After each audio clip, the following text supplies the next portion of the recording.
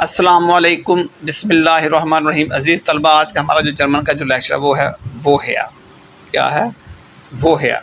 اب وہ ہے کا مطلب کیا ہوتا ہے؟ اس کا مطلب یہ ہوتا ہے کہ فار ایگزامپل کہاں سے، ٹھیک ہے۔ اب یہاں پہ دیکھ رہے ہیں پہلے اس کا اسٹرکچر وہ ہے پلس ورب پلس سبجیکٹ زبجیکٹ، ٹھیک ہے۔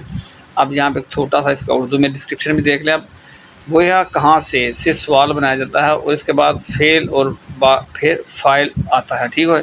کہاں سے ایکچولی اس کا جو مطلب ہوتا ہے نا، کہاں سے، یہ والا وہ ہے مین کہاں سے، ٹھیک ہے۔ آپ کہاں سے ہو، آپ کہاں سے اسے جانتے ہو، ٹھیک ہے۔ اس طرح کے سینٹینسز آپ لوگوں نے بنانے ہیں۔ ایگزامپل دیکھیں ذرا، وہ ہے کومس دو، ٹھیک ہے۔ ویئر آر یو فرام، تم کہاں سے ہو۔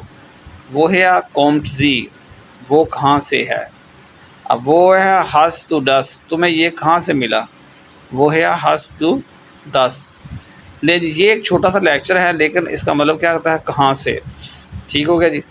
اب آپ نے اس کو انڈرسٹینڈ کرنے سے لیکچر کو، ٹھیک ہے۔ وہ ہے دوبارہ دیکھ لیں اب ایگزامپلس۔ وہ ہے کومس ٹو، وہ ہے کومڈ زی، ٹھیک ہوگا جی۔